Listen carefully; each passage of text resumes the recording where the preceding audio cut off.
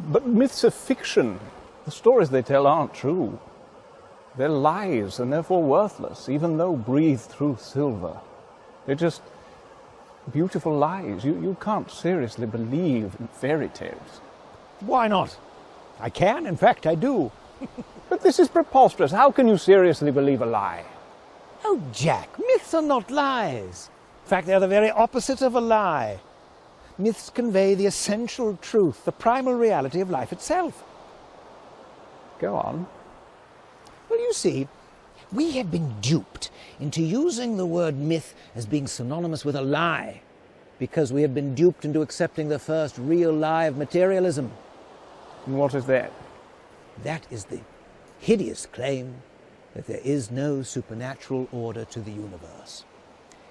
The materialists have imprisoned us in a world of mere matter, of physical facts, divorced from and devoid of metaphysical truth. Well, I say that they are lying. I say that they are the ones who have come up with a false myth. Their world doesn't exist. It's merely a figment of their imagination. Well, fine. However, there's a problem. The problem is they have convinced us that it is true. They have made us believe that this is all there is. 3 dimensions, 5 senses, 4 walls. Isn't it? Most emphatically not.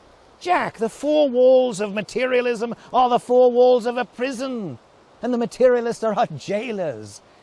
Don't you see? They've put us in a prison of 4 walls. They don't want us to see what's beyond those walls. They don't want us to discover what lies outside their narrow philosophy. Worse than that, they think that any attempt to escape from the prison is an act of treason. Well, wouldn't it be an act of treason against rationality to believe otherwise? Now, Jack, think for a moment. How can it be wrong for a prisoner to think of things that exist other than walls or jailers? Doesn't the fact that the prisoner is able to think of things outside the walls suggest that perhaps things do exist outside the walls? After all, if the prison really is all there is, how are we able to picture things that exist beyond the prison? And this is where myths come in, you see. Myths exist outside the prison.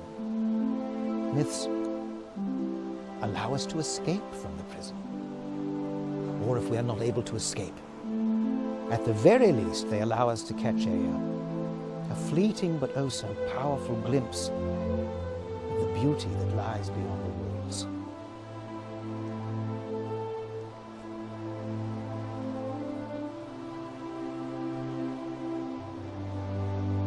But what is it that we're meant to be glimpsing? Well, don't you see? The truth, Jack.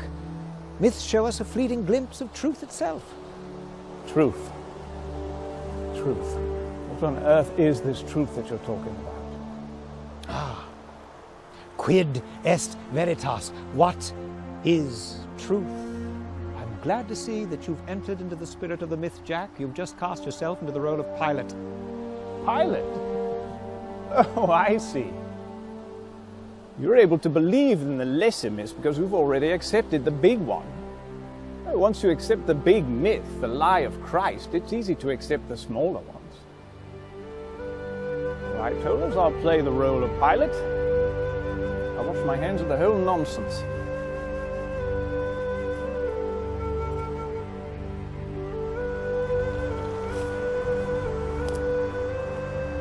Well, Jack, you may be able to wash your hands, but your mind is still muddied. You're not thinking clearly at all, old chap.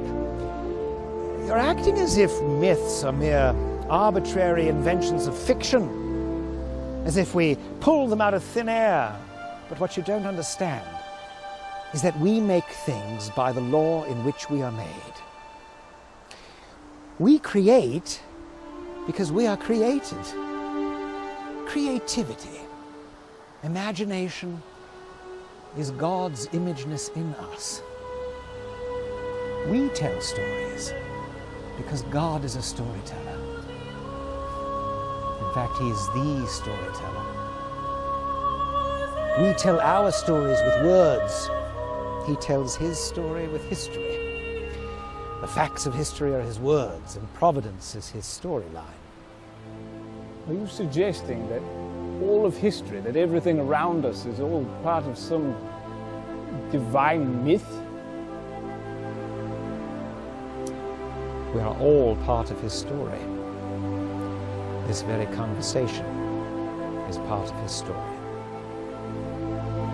But perhaps it isn't his story, perhaps it's only your story. How can you know that your story, the story that you believe, the Christian story, is any more real than the other story? But don't you see, it isn't my story, it's his story. You're acting as if Christianity is one myth among many. It's not, it's the true myth. Christianity really happened. Jesus really existed, so did Pilate. And yet it is this true story that makes sense of all the other stories. It is the archetype. It is the story in which all the other stories have their source, and the story to which all the other stories point. It has everything. It has catastrophe and its opposite, what we might call eucatastrophe. It has the joy of the happy ending, the sudden joyous turn in the story that is essential to all myths. It has to a sublime degree this joy of deliverance, this evangelium, this fleeting glimpse of the real joy, to which all other joys are but a distant echo.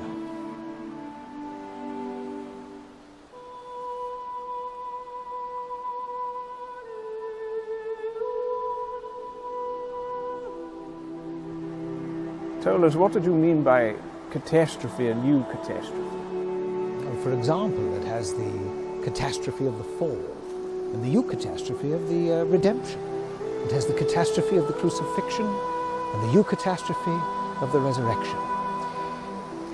It has everything man's heart desires, because it is being told by the one who is the fulfillment of desire itself. It is a story that begins and ends in joy. But just because a story brings joy, it doesn't necessarily follow that it's true. There are many joyful myths. They all seem rather flimsy to me and ring rather false. And yet this story has the inner consistency of reality.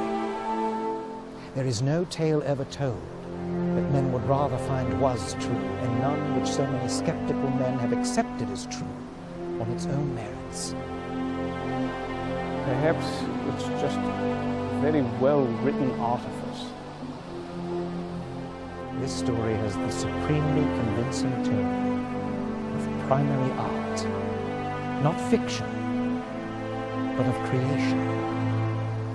And to reject this leads either to darkness or to wrath.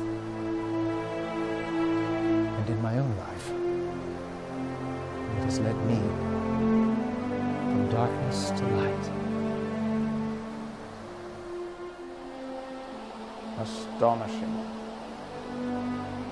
Tolkien, you astonish me. You absolutely astonish me.